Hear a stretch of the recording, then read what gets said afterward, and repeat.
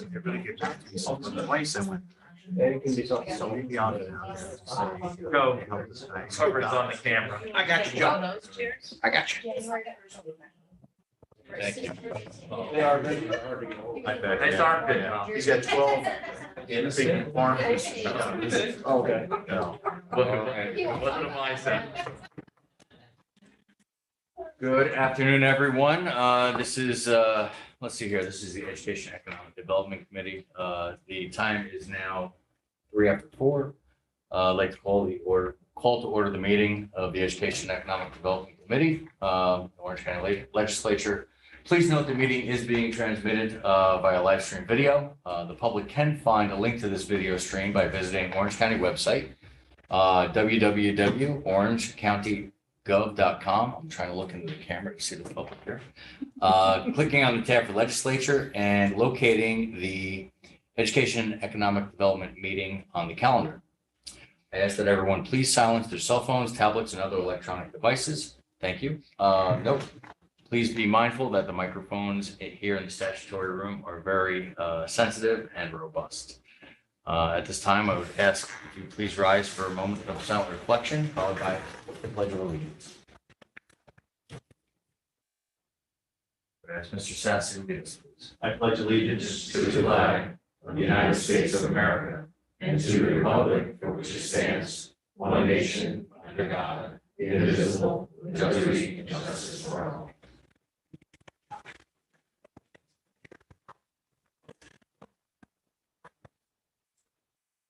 Okay, first up on the agenda, we have Bill Fiabranti, CEO of Orange County Industrial Development Agency, for a monthly update. What? Oh, roll call, sorry, yes. Thank you. O'Donnell. Ramos. Miskevich. Here. Sassy. Here. Sierra. DeGanga. Here. Sutherland. Minute. Here. Four present, four absent. Okay, so today, thus far, we are absent a full quorum. So nothing can be acted on at this time. However, hopefully those will show. If not, we'll figure it out. I have a motion for Mr. Fiabranti's monthly update. Second. Thank you. Billy had 90 seconds. I'm sorry. Okay, I can do that. You know, I just talk faster, no problem at all. You're on, sir. You're on. Thanks very much. All right, thank you as always for the opportunity to present and update you. I'm going to start with a legal update. I'm sorry Mr. O'Donnell isn't here because I think he'd like to hear this the most, but on Wednesday we had our board of directors meeting and the board did vote to send letters of support to various courts and criminal investigation jurisdictions, I'll say, to support the letters that the legislature sent, just in support of that, in hopes. We kind of feel like it's a long shot, frankly, and speak with our counsel, but if it can stimulate some sort of further action on this, criminal proceedings of some sort, then why not? Really, so we appreciate that the legislature has been doing that really in an effort to further recoup what was lost. And so again, we're looking to support your efforts in that regard. No other decisions have been made formally by the board of directors about any other legal action, any other lawsuits or anything like that. There still are deliberating on that with further counsel from Susan Katza, who you've met, who's been at your meeting. So just an update on that. Our meeting schedule, I shared with Kelly and Jean an 18-month calendar that we developed for the IDA, no CFC meetings, just make it easier to kind of plan everything out now that we have actual formal committees established. We're trying to not do everything in our board meetings. Some of you come to our meetings, if you hang on to the end, it may be the next day. On the calendar, but we have a lot of work to do, as you know. Now we're moved to functioning committees where we have governance, audit, finance, as well as Accelerator, of course. So we're doing a lot of the work in those committees. So I did share that calendar with everyone.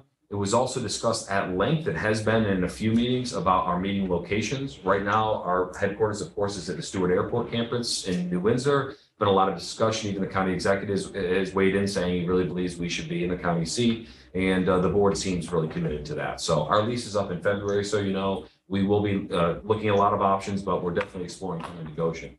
Until then, the board voted Wednesday to continue having all of our meetings, both board of directors meetings and committee meetings, in the community center room downstairs, the community room, I should say, in the first floor of this building at the government center. We feel that, and our chairman, Michael Torelli, was very, very vocal about this. A lot of it is to do with all of you, so that you can be there. Your meetings are here. You've already done it. We've had meetings and entered ours and been a part of that, listening, sharing. We want to continue that. And of course, transparency, openness, that's the name of the game for us. Great idea. So we're going to continue to hold those meetings here. Again, if we end up relocating in February or before then to Goshen, then hopefully it's a facility that has a conference room or something like that. So the meetings would still be in Goshen, but we may continue to have them here. So thanks for hosting us. I will say we could use, because I think the legislature supports us doing so, and it's the impression I get, we could use a little more IT help because it's a little rough. We're using an iPad really to view any guests that are attending remotely. There are TVs in there, and your IT department, they've always been great to me, frankly. They did help me in the beginning, but it just kind of faltered. So I don't like asking for more help with that, from your own staff, but if maybe we could get a little more support with that, our meetings could just run better technology wise.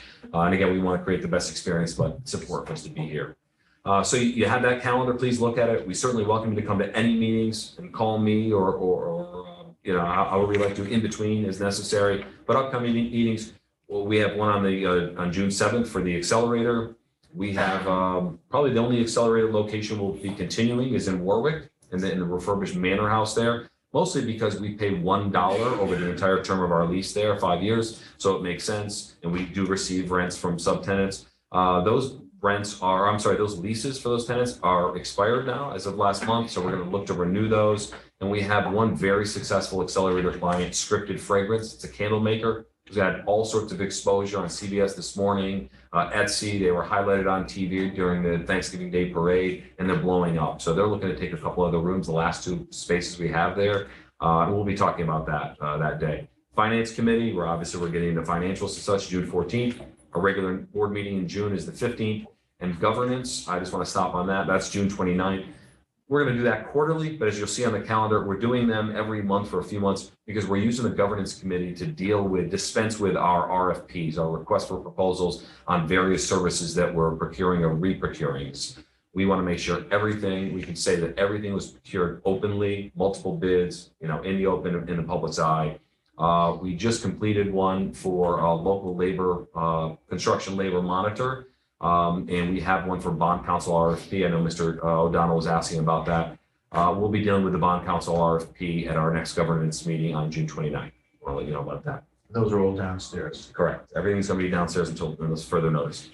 Recent IDA applications. I've had a lot of communication with members here and local officials in Warwick about Convergent Energy. It's a company applying for actually 3 applications to the IDA for support of a battery storage project, battery storage for renewable energy. It's new for us. It's new for your deputy real property director, Paul Wiley, who's fabulous. Worked with him for years in the public sector and very closely in this role now.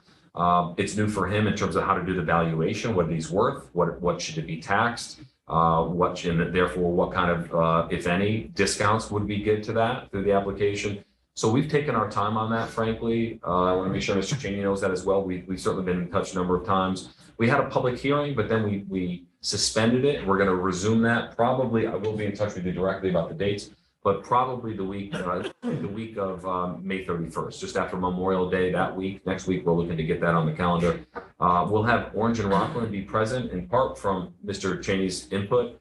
They're going to be Orange and Rockland representatives will be present at the public hearing when it resumes and at our next board meeting in June to answer questions. Because a very valid question was asked, I think, by Mr. Cheney is this going to provide actually an incentive for Orange and Rockland, not just this company really, in which case you don't normally subsidize a substation being created, which this essentially eliminates the need for in certain pockets. So again, we're doing it right. I've contacted other IDAs that have done similar projects, had conversations with their CEOs. It was very helpful. We've used other examples, shared them with Paul Wiley and such. Again, it's new for us. It may not be perfect, but we want to really do our best to get it right and make sure that it's the right thing for the municipality. So I digress a little there, but that is important. That's an update on that. Legoland New York, even though that is of course fully open to the public, they're continuing to make enhancements to the park. And they actually have one of the awards that we gave them, one of the incentives was sales tax exemption. Of course, they saved the 8.125% on building materials, supplies, furniture, fixtures, all of that.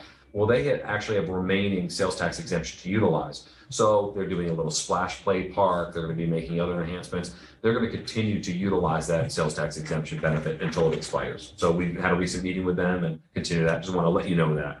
Lastly, sure, I'm sorry. Just a clarification, that sales tax exemption for capital improvement. Yes, sir.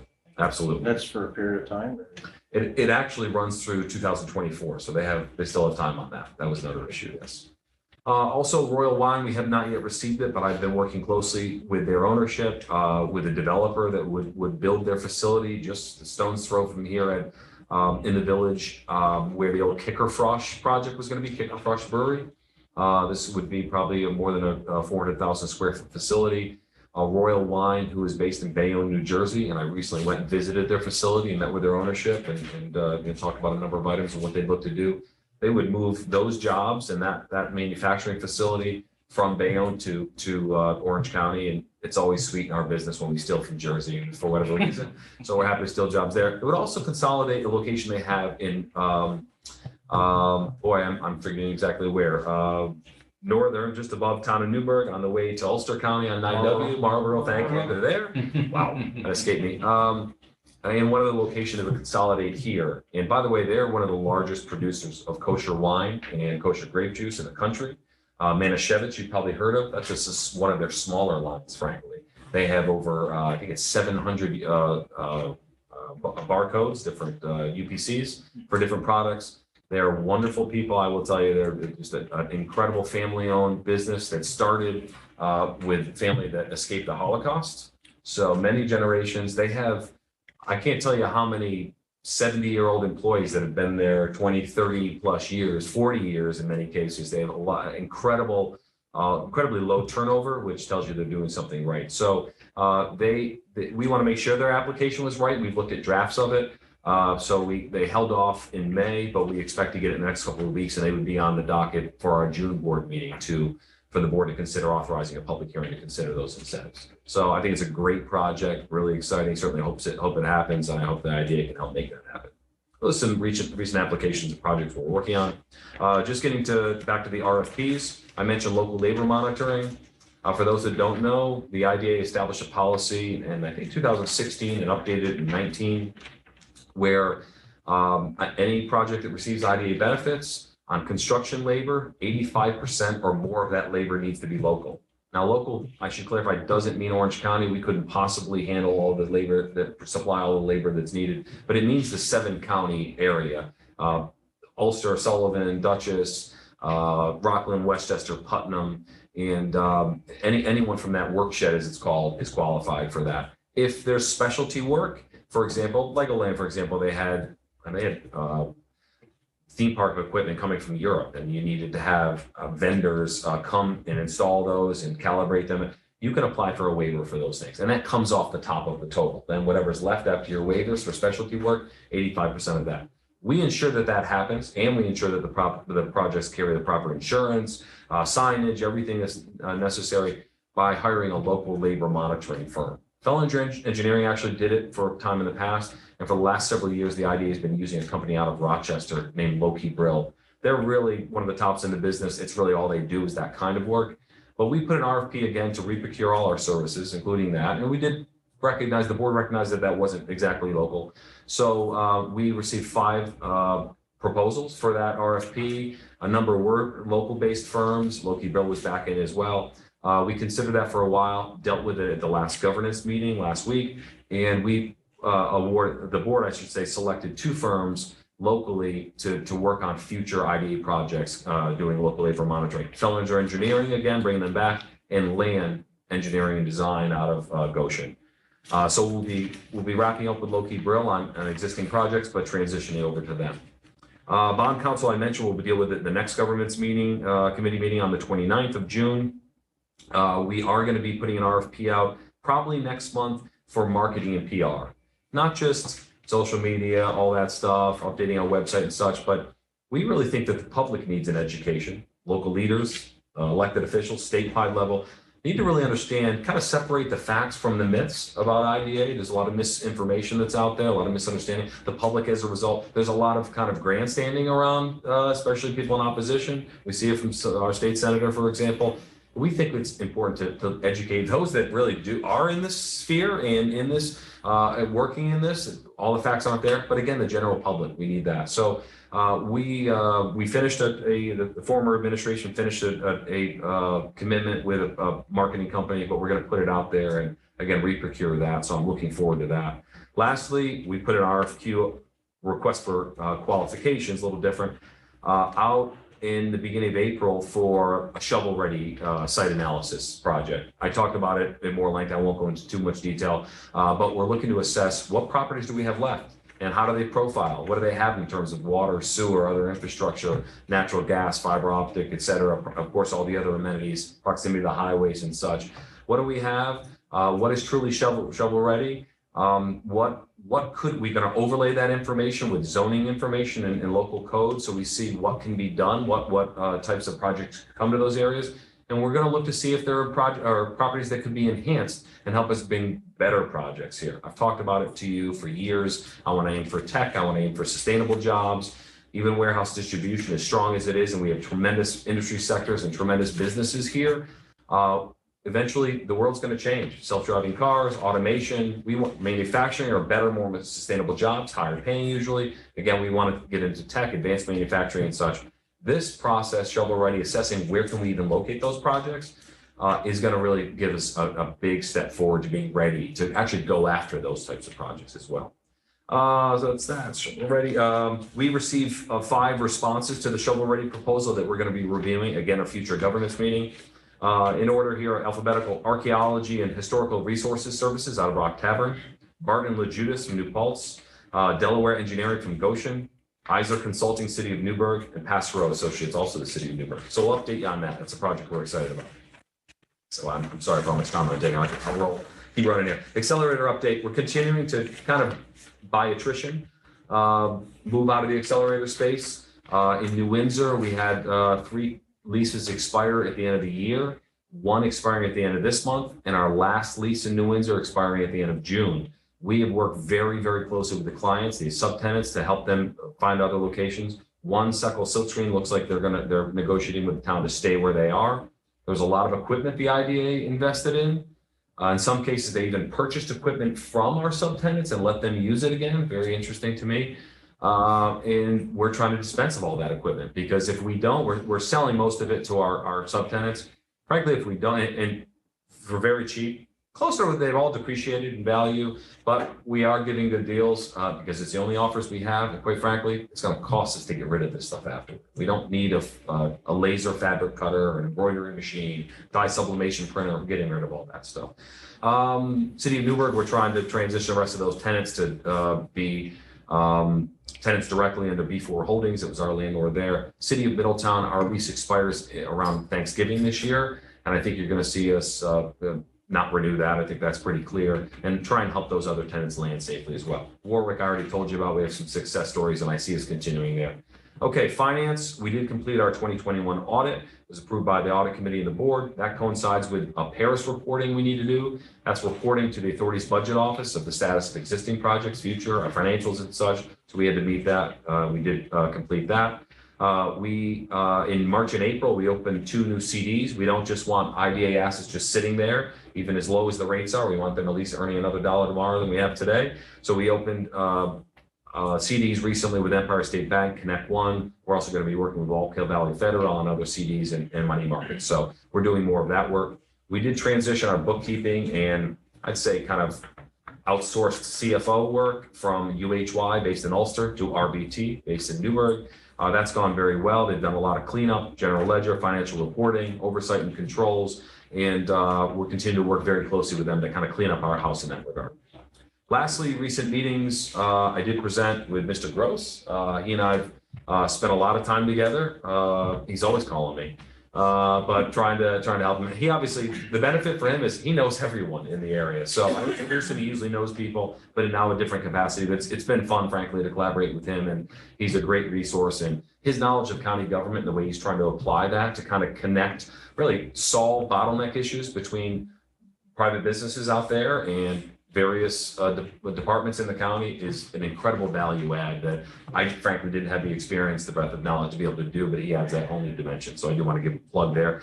Lastly, regional IDA meetings. We started having meetings with our counterparts in Dutchess, Ulster, Rockland, Putnam, Westchester, and Sullivan. We had 2 meetings already. We're going to be hosting a meeting in June 22nd or 23rd. We haven't nailed it down yet, but we're talking about issues that impact us everywhere, including the marketing, the need to educate the public. So I've proposed some collaboration in that regard, maybe some joint marketing, pulling some resources together and really making an impact there. So happy to do that. And lastly, New York State Economic Development Corp. It's kind of like our trade association in New York State, but very, very helpful. We utilize them all the time. I'm attending their statewide conference next week on May 25th, 26th. That's it. I'm going to exhale. Wow, that was one big breath. Best I could do.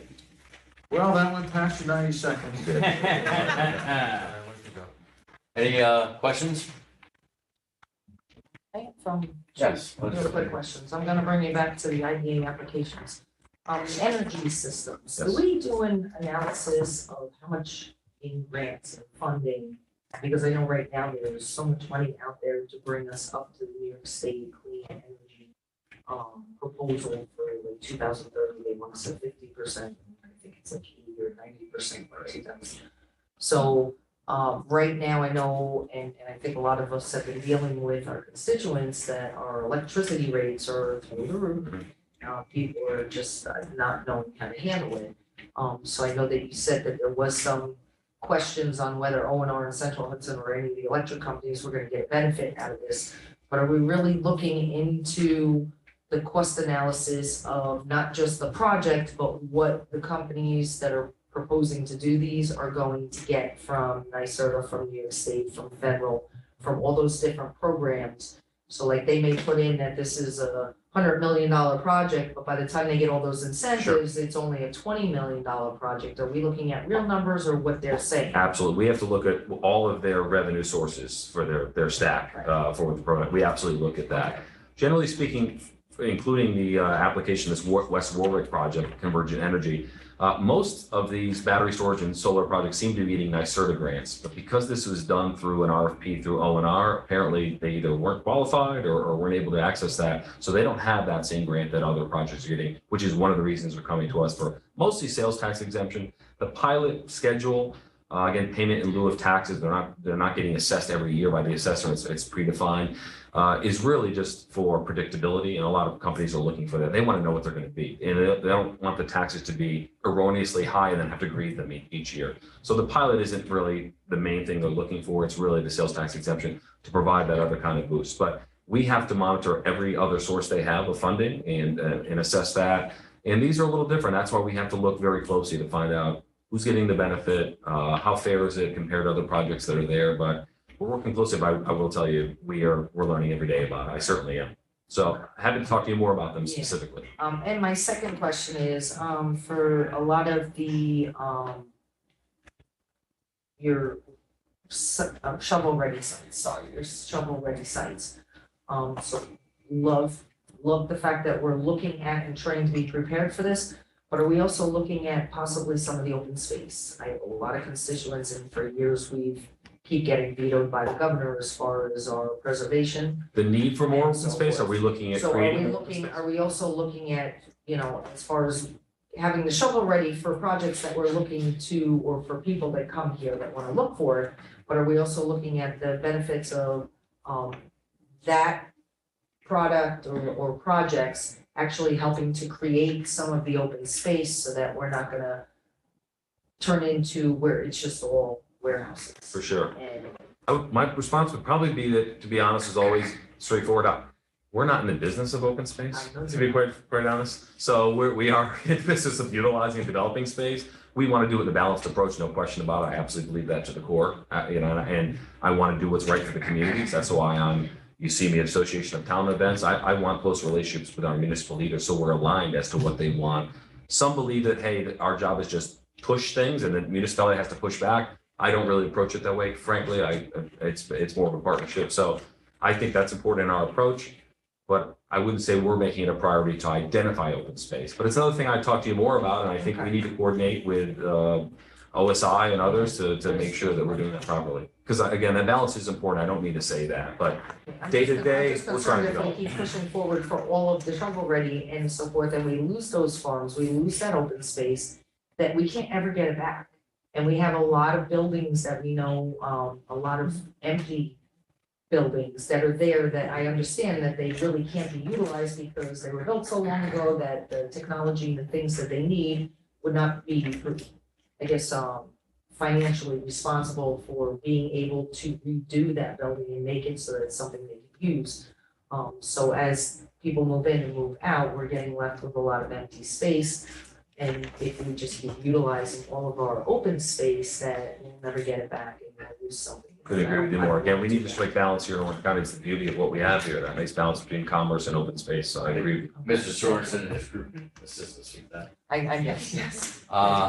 Legislative change. Yes, thank you. Relative to the West Warwick project, when do you expect to have a report from real property relative to what the assessment, full assessment would be? And then is that going to translate into the proposed pilot prior to the hearing? Yes, the answer is, I haven't given you a date yet because we're not setting the date until we have all that ready. We have all that, the pilot schedule, valuation, our cost benefit analysis. We used to schedule these meetings and then that information went out at one point, eventually, usually by the day of the public hearing. We're not going to do that any longer. Our new general counsel's guidance, proper form is to, when you post it, make a notice, usually say 10 days out in advance, you have all that information there available to the public. So because we've had so many gyrations, and again, we want to get it right, we are just tidying that up, and we're not going to actually post the date of the public hearing until that's ready to be out at that instant, for sure. And for sure, because we talk so closely about Supervisor Sweeten as well, I'm going to share that with you during a lot of our conversation when that's all done. Okay, thank you. Sure. Thank you. Legislative Budget. Thank you, Chairman. Bill, just first of all, man, you bring the presentation. You bring it, and you're so factual, and you have nothing in front of you other than the piece of paper you passed to us. So I mean, I love this stuff, so. So clearly you're involved so much with this, and I appreciate that. I just wanted to compliment what you said about your RFP for your marketing / PR. Your focus on the education of what the IDA is, what it does, and what it doesn't do.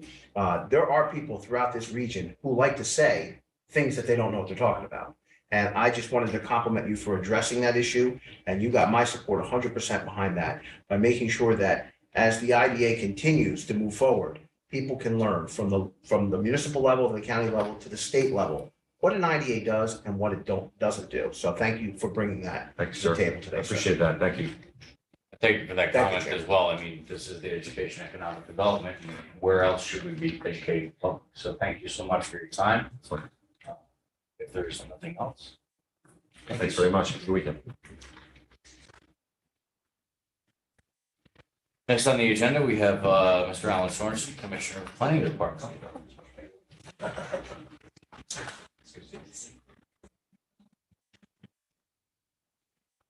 Chairman?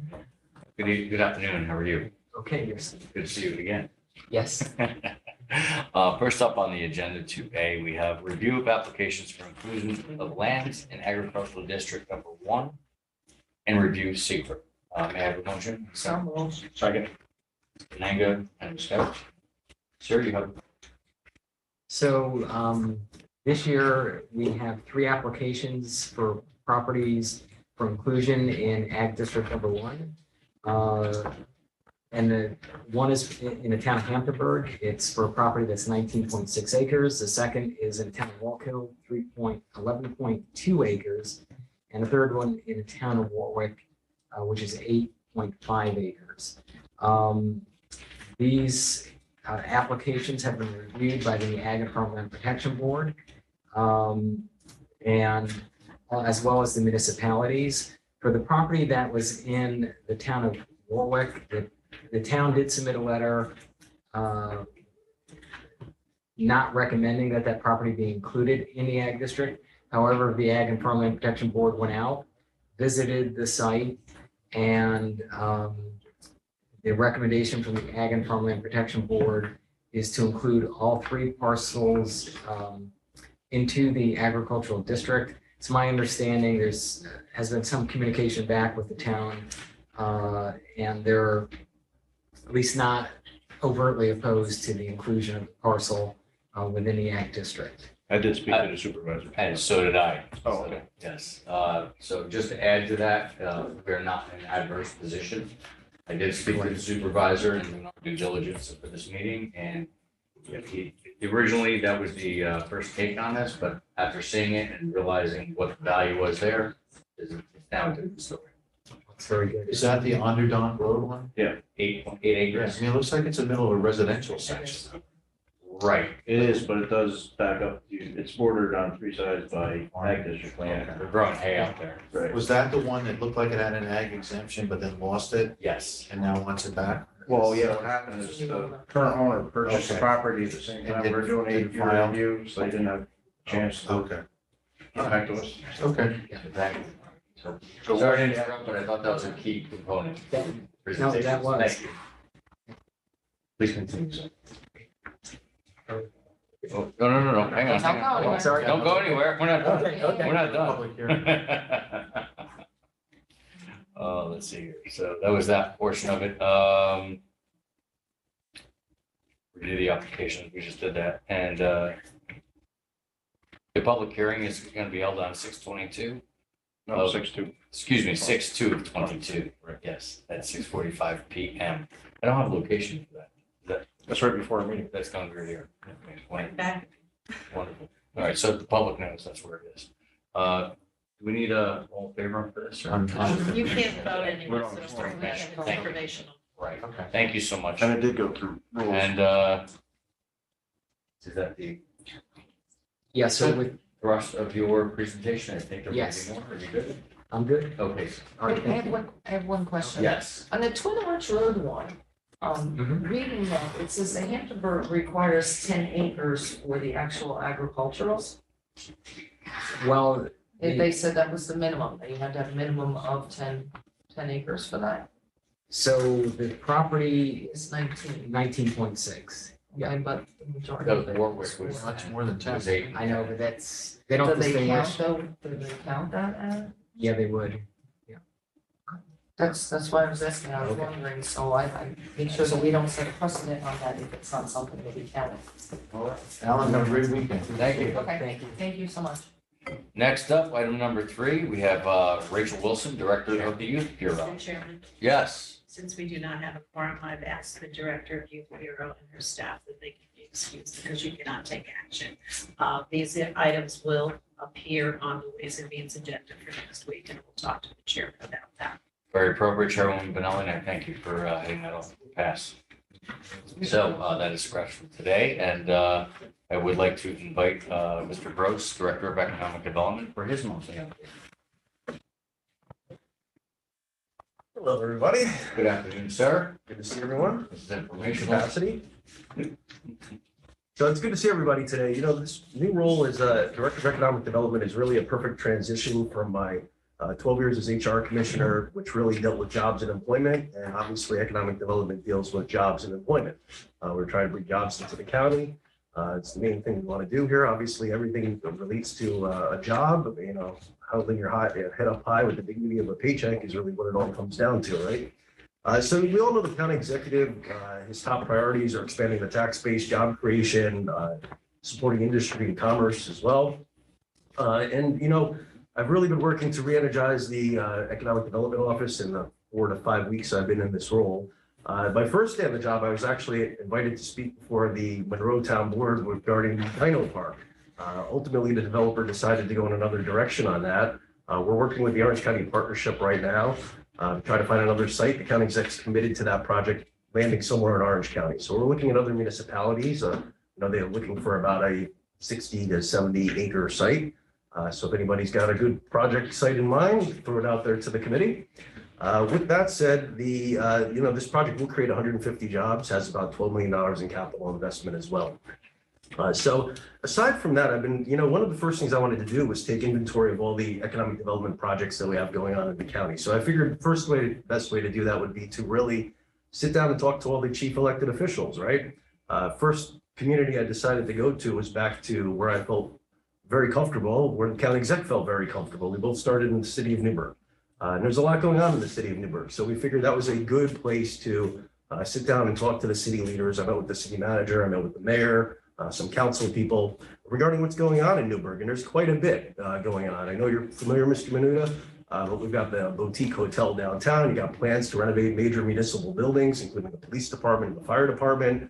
There's visions of a deep water port with a cruise ship coming into the city of Newburgh, heading out to the Atlantic. There's many properties being renovated. Newburgh is truly on the move. So that was, a good first step.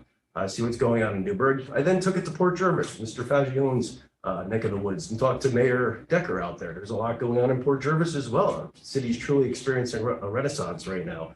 But you've got restaurants all over the place downtown. The city's coming back. You've got the train platform being done, right? The historic railroad site. Talk about a whitewater rafting facility on the Delaware in coordination with Pennsylvania. Port Jervis is on the map, and that new hotel downtown will really add a lot to the city as well with a rooftop deck. So, from there I went to the town of Newburgh, talked to Gil Piquadio, a lot going on in Newburgh, Resorts World, 225 jobs, 90,000 square feet, $36 million capital investment. Great project. Walgreens Micro-Fulfillment Center. That's going to be a pharmaceutical high-end distribution center with over 100 pharmacists on site. Good jobs. Matrix Development, 2 buildings, 1 million square feet in place for Newburgh. So Newburgh is on the map as well. I spoke with Mayor Leahy in Maybrook. Maybrook, a place we don't often talk about, has got a lot of vision coming back. Downtown Main Street revitalization going on. Chamber of Commerce moving back to Maybrook. That is absolutely huge. Really put Maybrook on the map. And when speaking of the chamber, Heather Bell Meyer has just done a fabulous job as the new chamber director, really helped the Chamber of Commerce, giving it a new image and really helping out the business community. In fact, the chamber asked me to serve on their government affairs committee, which I'll be doing. Hopefully bring back some information to the legislature and be able to communicate the needs of the business community with you that way. I've attended several quarterly meetings of the Alliance for Balanced Growth, Chamber of Commerce, New York State Commercial Realtors Association. In fact, I spoke in front of the Goshen Chamber of Commerce with Amanda Dana earlier this week. So a lot of activity going on. Aside from that, I've been Bill talked earlier about working with Bill together. There's a lot going on with the cannabis industry. We toured the facility Urban Extracts in Warwick. All together, there's about $200 million of capital investment into the cannabis industry in Orange County. There's a lot of unanswered questions, but there's a lot of interest out there as well in moving forward. And Urban Extracts, that entire Warwick site is pretty amazing. They even have plans themselves for a boutique hotel out there. So things are really taking off. Met with Village of Montgomery with Mayor Brescia. There's plans to look at the entranceway into the Village of Montgomery, the gateway. There's a property right at the entrance of the Orange County Airport, looking to see what we can do to increase the image to the entire Village of Montgomery and produce more economic development activities there as well. Aside from that, the state now has available their consolidated funding application review period. There's $225 million of grants and tax credits available right now for projects dealing with economic development, tourism, park improvements, waterfront revitalization, planning, zoning, green and innovation, climate adaptation, wastewater, water quality. The deadline for that is July 29th at 4 p.m. Projects in Orange County that have taken advantage of this program in the past have been Safe Harbors of the Hudson and Newburgh, City Winery, the Ironworkers, Legoland, Storm King Art Center, Graf Cider. So there's a lot of activity and opportunity for grants and tax benefits with respect to this program. So everybody should look at Empire State Development's website if they want a little bit more information on that. But it's a very good program that's helped a lot of businesses. The county executive wants county departments and agencies to work in a business-friendly manner, and that's one of the things I'm going to be working at in this role, really trying to bridge the gap between the business community and government, which is often viewed as a faceless bureaucracy. We're going to try to change that a little bit. Be the glue between the government agencies and the business community. We have many projects underway in the county right now. Bill mentioned the project over the Cadem Winery over on the Kinkerfrost site, where you've got the Dino Park, you've got the Milk Factory in Walden, which is going to be renovated into another hotel, a winery setup. We've got the partnership looking at hydroponic greenhouses for warehouse, over 1 million square feet, 200 jobs. Hydroponic greenhouse for produce, if I didn't say that right. 250 million capital investment. We got Camp LaGuardia on the mix. High-end hotels in Newburgh, Port Jervis. Lots going on in the county. The county's on the move. We have Stewart Airport taking off, trips to Iceland now. You can fly domestically to a number of locations. So I've lived in Orange County my entire life. I've never seen what's going on right now. We're on the map. The secret's out. Everybody's known. We are the best place to, what do they say? The best place to play, work, live, and obviously to do business now too. So there's other things I want to talk to you about, but the county exec's going to be giving his State of the County address in about 5 days, and I don't want to trump him with any other potential announcements. So I'm going to quote while I'm ahead and just say thank you to the committee. We have a great economic development team between the partnership, Maureen Hallahan, Amanda Dana, Bill Fioravante, Heather Bell at the Chamber. We all really work together, and our goal is to bring more jobs in, high-paying jobs, good industry, good commerce, and really put Orange County on the map going forward. Thank you. All right. Thank you for coming. Thank you. Thank Any you. questions? No? Seeing none, thank you very much. Have a Thank you. wonderful weekend. Yes. Appreciate you being here. Thank you, everybody. That being said, ask for a motion to adjourn. Get you out the phone. I'd love to. Skevich and the word. Thank you. Nice weekend, everyone. Thank you.